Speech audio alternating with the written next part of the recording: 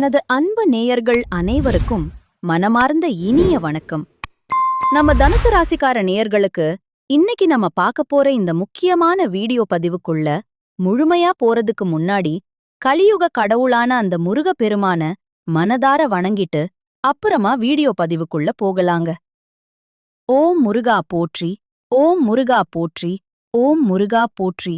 என்னை காக்கும் அன்பு தெய்வமே கந்தா போற்றி. கண்டிப்பா உங்களுக்கு நல்லதே நடக்கும். இனி நல்லது மட்டும்தான் நடக்கும். நம்பிக்கையோடு இருங்க. பொதுவாவே நம்மளோட தனுசு ராசிக்காரங்க சுபாவம் எப்படி தெரியுமா? அவங்க ஒருத்தர்கிட்ட பேசும்போதும் சரிங்க, இல்ல ஒரு முக்கியமான செயல செய்யும் போதும் சரி, இந்த செயல நாம செய்யலாமா?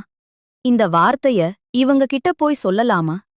இதனால நம்மளுக்கு எதிர்காலத்துல ஏதாவது பிரச்சனை வருமா? இல்ல நம்மள சுத்தி இருக்கிற மத்தவங்களுக்கு இதனால ஏதாவது சங்கடம் வருமா அப்படின்னு 1க்கு 2 முறை ரொம்ப தீர்க்கமா ஆலோசனை பண்ணிதாங்க இவங்க செயல்படுவாங்க. அவசரப்படவே மாட்டாங்க. குறிப்பா சொல்லணும்னா குறி விலகாத அம்பு போல தன்னுடைய குறிக்கோள் தவறாம இவங்க வாழ்ந்துகிட்டு இருக்காங்க. அது மட்டும் இல்லாம பெற்ற தாயை போல ஒரு பாசமான அன்பு உள்ளம் கொண்டவங்களா இவங்க இருக்காங்க. அடுத்தவங்க ஐயோ இது நம்மளால செய்ய முடியாது அப்படின்னு சொல்லி ஒதுக்கி வச்ச காரியத்த கூட இவங்க ரொம்ப அழகா திட்டம் தீட்டி விடாமுயற்சி பண்ணி அந்த காரியத்தில மாபெரும் வெற்றி அடையக்கூடியவங்களா இவங்க இருக்காங்க. இவ்வளவு அருமையான அற்புதமான நற்குணங்களைக் கொண்ட என் அன்பு தனுசு ராசிக்கார நேயர்களே, எல்லாரும் எப்படி இருக்கீங்க? நல்ல ஆரோக்கியமா இருக்கீங்களா? ஏங்கம்மா, நீங்க வேற எங்கள பார்த்து இப்படி ஒரு கேள்வி கேக்குறீங்களே. எங்கள பார்த்தா இப்போ இருக்கிற நிலைமையில ஆரோக்கியமா இருக்கிற மாதிரியா தெரியுது அப்படின்னு உங்க மனசுல நீங்க நினைக்கிறது அப்படியே எனக்கு புரியுதுங்க. கலங்காதீங்க தனுசு ராசிக்காரர்களே. உங்க வாழ்க்கையில இப்போ இருக்கக்கூடிய இந்த கஷ்டமான சூழ்நிலை எல்லாமே இனி வரக்கூடிய காலங்கள்ல ஒரு கானல் நீரா அப்படியே மறைஞ்சு போகப் போகுது. உங்க வாழ்க்கையே இனி ஒரு அருமையான வசந்தமான வாழ்க்கையாக மாறப்போகுது. இதுநாள் வரைக்கும் உங்களை வேண்டாம் என்று சொல்லி உதறி தள்ளிட்டு போன உங்க சொந்த பந்தங்கள் எல்லோருமே இனி வரக்கூடக்கூடிய காலங்கள்ல உங்களைத் தேடி உங்க வீட்டு வாசலுக்கே வரப்போறாங்க. அது மட்டுமில்ல, உங்க குடும்பத்தில சுபகாரியங்கள் ஒன்னுக்கு பின்னாடி ஒன்னா அடுக்கடுக்கா நடக்கப் போகுது. மிக முக்கியமா உங்களுடைய உடல்நிலை ரொம்பவே ஆரோக்கியமா தெம்பா இருக்கப் போகுதுங்க. நீண்ட நாளா திருமணம் ஆகாதவர்களுக்கு அந்த திருமண தடை முற்றிலுமா நீங்கி உங்களுக்கேற்ற சரியான வாழ்க்கை துணையோடு சிறப்பா திருமணம் நடக்கப் போகுதுங்க. அதேபோல குழந்தை பாக்கியம் இல்லாதவர்களுக்கு அழகான குழந்தை பாக்கியம் கிடைக்கப் போகுதுங்க. அதனால தனுசு ராசிக்காரர்கள் எப்பவுமே மனச மட்டும் தளர விடவே கூடாது. வாழ்க்கையில என்ன நடந்தாலும் எதை இழந்தாலும் கவலைப்படாம அந்த கிருஷ்ண பரமாத்மாவை நினைத்து மனத எப்பவும் அமைதியா வச்சுக்கணும். பிரச்சனைகள் இல்லாத மனிதர்களே இந்த உலகத்தில இல்லவே இல்லங்க. எல்லோருக்கும் ஏதாவது ஒரு ரூபத்துல ஒரு கஷ்டம் இருக்கத்தான் செய்யும். சிலருக்கு அரசாங்கத்துக்கோ இல்ல தனியாருக்கோ கப்பம் கட்ட வேண்டிய இக்கட்டான சூழ்நிலை வரலாம். அதை நினைத்து வருத்தப்படாமல் நீங்க தைரியமாக இருக்கணும். ஒவ்வொரு வாரமும் பார்க்கும்போது தனுசு ராசிக்காரர்கள் சில சமயம் ரொம்ப உற்சாகமாகவும் சில சமயம் ரொம்ப சோர்வாகவும் இருப்பாங்க. ஆனா முடிஞ்ச வரைக்கும் ஒரே மாதிரியான மனநிலையில இருக்க நீங்க முயற்சி செய்ய வேண்டுங்க. மற்றவர்கள் உங்கள பத்தி என்ன சொன்னாலும் தெளிவான மனசோட தெளிவான சிந்தனையோட நீங்க செயல்படுறது தாங்க உங்களுடைய மனசுக்கும் நல்லது, உங்களுடைய உடம்புக்கும் நல்லது. தனுசு ராசிக்காரங்க எப்போதுமே தங்கள் மனதில் ஒரு விதமான தைரியத்தை ஆழமா பதிவு செய்து கொள்ளணுங்க. உங்க வீட்ல ஒருவேளை கெட்ட சக்தி இருந்தா கூட உங்க தைரியத்தை பார்த்து அது தானாகவே வெளியில போயிரும். எதற்கும் பயந்து போய் வீட்டுக்குள்ளேயே முடங்கிவிடக்கூடாதுங்க நீங்க. இப்போ சில எளிய பரிகாரங்கள பார்க்கலாம்.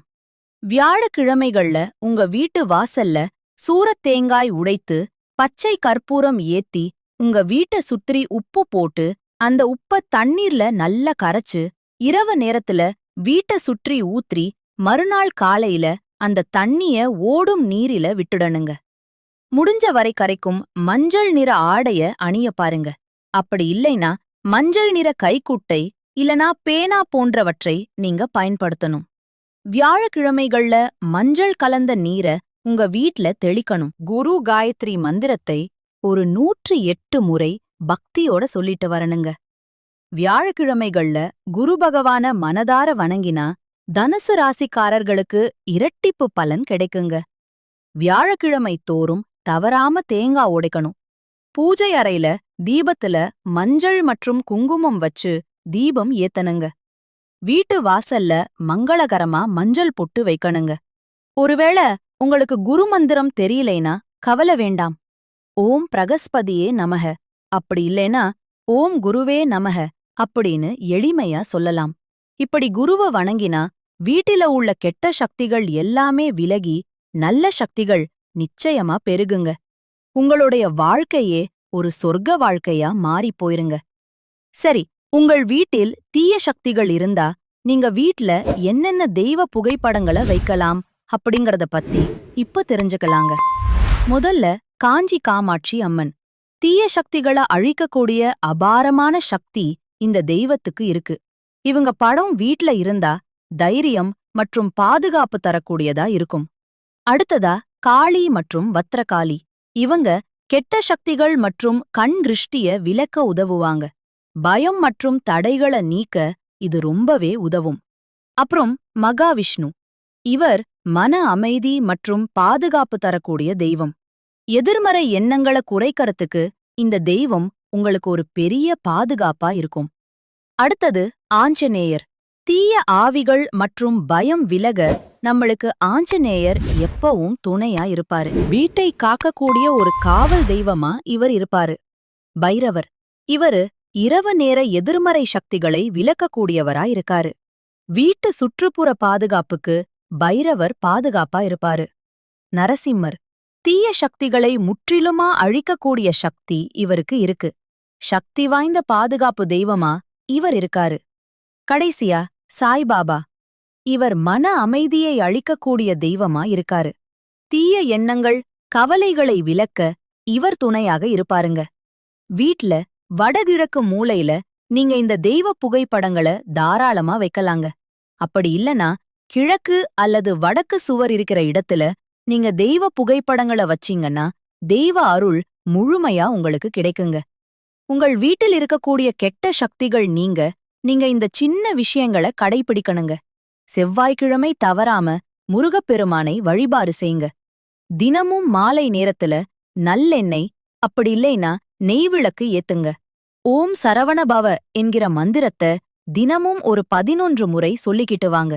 வாரம் ஒரு முறை பக்கத்துல இருக்கிற அம்மன் கோயிலுக்கு போய் அம்மனை மனதார வணங்கிட்டு வாங்க. பிரதோஷ நாட்கள்ல சிவபெருமானை வணங்கிட்டு வாங்க. செவ்வாய்க்கிழமை அன்னைக்கு அசைவம் சாப்பிடுறத நீங்க தவிர்ப்பது ரொம்பவே நல்லதுங்க.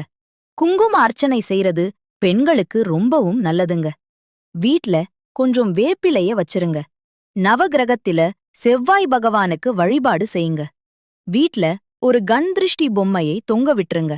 செவ்வாய்க்கிழமைகள்ல சிவப்பு நிற உடை அணிஞ்சுக்கோங்க. நெற்றியில எப்பவும் குங்குமம் மற்றும் சந்தனம் வச்சுக்கோங்க. வலது கையில ஒரு செம்பு காப்பு போட்டுக்கோங்க. வாரத்துக்கு ஒரு முறை மறக்காம கடுகு மற்றும் உப்பு வச்சு திருஷ்டி சுத்தி போட்டுக்கோங்க. உங்க வீட்ட தினமும் சுத்தமா வச்சுக்கோங்க. உடைந்த கண்ணாடி மற்றும் பழைய பொருட்களை தயவு செஞ்சு அகற்றிட்டுருங்க. வெளிய போறதுக்கு முன்னாடி உங்க இஷ்ட தெய்வத்தை நினைச்சிட்டு அப்புறமா வெளியில கிளம்புங்க. சரியான உறங்குற நேரத்துல உறங்குங்க. காலையில வெறும் வயிற்றில வெந்நீர் குடிங்க. வாரத்துக்கு ஒரு நாள் எண்ணெய் தேய்த்து தலைக்கு குளிங்க. கோபத்தை எப்பவும் கட்டுப்பாடோட வச்சுக்கங்க. தேவையில்லாம பெருமை பேசாம இருக்கிறது உங்களுக்கு ரொம்பவும் நல்லதுங்க. எல்லோர்கிட்டையும் உங்க ரகசியத்தை பகிரக்கூடாதுங்க. மனம் கலங்கும்போது எதுவுமே பேசாம மௌனமா இருந்துக்கோங்க. தினமும் குறைஞ்சது ஒரு 5 நிமிஷம் தியானம் பண்ணுங்க. தீய வார்த்தைகளை பேசுறத தவிர்த்துருங்க. எதிர்மறை மனிதர்களிடமிருந்து கொஞ்சம் தூரமாவே இருந்துக்கோங்க. பொறாமை மற்றும் கோபத்தை குறைச்சுக்கோங்க. பிறர மதித்து பேசுங்க. தினமும் எல்லாத்துக்கும் நன்றி சொல்லும் பழக்கத்தை வச்சுக்கோங்க. உணவு முறையில செவ்வாய்க்கிழமை சுங்கல் மற்றும் பயிரை தானமா கொடுங்க. ஏழைகளுக்கு உங்களால முடிஞ்ச உணவு வழங்குங்க. பொன்னாங்கண்ணி கீரை மற்றும் அதத்தி கீரைய உங்களுடைய உணவுல அடிக்கடி சேர்த்திக்கோங்க. காரம் அதிகமா சாப்பிடாதீங்க. முடிஞ்ச வரைக்கும் காரத்தை தவிர்த்துக்கோங்க. வாரத்துக்கு ஒரு நாளு பழம் மட்டும் சாப்பிட்டு விரதம் இருங்க. வெல்லம் கலந்த நீரை தினமும் குடிங்க. சிவப்பு பூ தானமா கொடுங்க. வீட்ல தினமும் விளக்கு முன் நீர் வச்சிருங்க. பூஜையில இருக்கிற எலுமிச்சை மற்றும் மிளகாய் வாரம் ஒரு முறை மாற்றுங்க. இரவு தூங்குறதுக்கு முன்னாடி உங்க இஷ்ட தெய்வத்தை நினைத்து பிரார்த்தனை பண்ணிட்டு தூங்குங்க. செவ்வாய்க்கிழமை மாலை நேரத்துல நீங்க செய்யக்கூடிய ஒரு சிறப்பு பரிகாரம் என்னன்னு பார்க்கலாம். ஒரு எலுமிச்சை, 2 கிராம்பு, ஒரு பச்சை மிளகாய் இதையெல்லாம் வாசல்ல வச்சு விளக்கு ஏற்றி முருதனை மனதில் நினைத்து வேண்டிக்கோங்க. இத செஞ்சீங்கன்னா உங்கள் வீட்டில் இருக்கக்கூடிய கெட்ட சக்திகள் எல்லாமே விலகி போயிரும். உங்களுடைய குடும்பத்தில இனி நல்லதுதாங்க நடக்கும். நம்மளுடைய தனுசு ராசிக்காரங்க யாரையும் சார்ந்து இல்லாம சொந்த காலில் நிற்கும் தன்மான சிங்கங்களா இருக்காங்க. இவங்க சிந்தனை வளம் மற்றும் உடல் வலிமை மிக்கவங்க. எதிரிகளை வீழ்த்தும் தகுதி இவங்க கிட்ட இயற்கையாவே இருக்கு. கடுகை போல சிறுத்தாலும் காரம் குறையாது போல வாழ்நாள் முழுவதும் இந்த இயல்புகள் இவங்க கிட்ட இருக்கும். பிறவி குணம் போல இது சாகும் வரை மாறவே மாறாது. தனுசு ராசிக்காரங்க எப்போதுமே தனது சொந்த உழைப்பால் வாழ வேண்டும் என்று நினைக்கிறாங்க. பிறர் தயவை இவங்க ஒருபோதும் விரும்ப மாட்டாங்க. கடந்த 5 வருடங்களாக தனுசு ராசிக்காரங்க பல கஷ்டங்களை ரொம்பவே அனுபவித்து வந்திருக்காங்க. எங்கு தவறு செய்தோம், ஏன் இப்படி இருக்கிறோம் என்ற கேள்விகளுடன் சரியான திட்டமிடுதலுடன் செயல்பட்டும் பல தடைகள் ஏற்பட்டு வந்துச்சு. எதிலும் ஒரு தெளிவு இல்லாம இருந்த நிலை மாறி இப்போது குருவின் அதிசார பெயர்ச்சியால் அடுத்த 48 நாட்கள் சிறப்பான அதிர்ஷ்டம் உங்களை தேடி வர வாய்ப்பிருக்கு. பொதுவா குரு பகவான் ஒரு ராசியில் ஒரு வருடம் தங்குவார். அவர் தரக்கூடிய பலன்களும் மெதுவாகத்தான் வந்து சேரும். ஆனா அது நிலையான பலன்களை கொடுப்பாரு. அதிசார குரு பெயர்ச்சியால் குரு பகவான் ஒரு வருடம் தரக்கூடிய பலன்களை குறிப்பிட்ட காலத்திலேயே 10 மடங்கு வேகமாகவும் உயர்வாகவும் தரக்கூடிய அமைப்பு உண்டாகிறது. கடகத்திற்கு வந்த குரு பகவான் உச்சமடைந்து தனுசு ராசியை பார்க்கிறாரு. இதனால் யோகங்கள் உங்களுக்கு வந்து சேரப்போகுது. குரு தன்னுடைய 5ஆம் பார்வையாக தனுசு ராசியை பார்க்கிறதுனால உங்க வாழ்க்கையில் நல்லதெல்லாம் நடக்கும், ஆசைகள் நிறைவேறும், வெளிநாடு செல்லும் யோகம் கூட உண்டாகும். பணம் பல வழிகள்ல வந்து சேர வாய்ப்பிருக்கு. சிறு முயற்சி கூட பெரிய பலன்களை கொடுக்கும். உங்க பேச்சின் மூலம் பல காரியங்களை சாதிப்பீங்க. குருவின் பார்வையால் பண வரவு ரொம்பவே சிறப்பாக இருக்கும். வீடு கட்ட உதவிகள் கிடைக்கும். மனதிற்கு நிம்மதி பிறக்கும். உங்களுடைய ஆசைகள் கனவுகள் எல்லாமே இனி நிறைவேறும். உங்கள வேண்டாம்னு உதறி தள்ளிட்டு போன உற்றார் உறவினர்கள் எல்லாருமே இனி வரக்கூடிய காலங்கள்ல உங்கள தேடி வரப்போறாங்க. கவலைப்படாதீங்க, நல்லதே நடக்கும். நல்லது மலது மட்டும்தான் நடக்கும். நன்றி, வணக்கம்.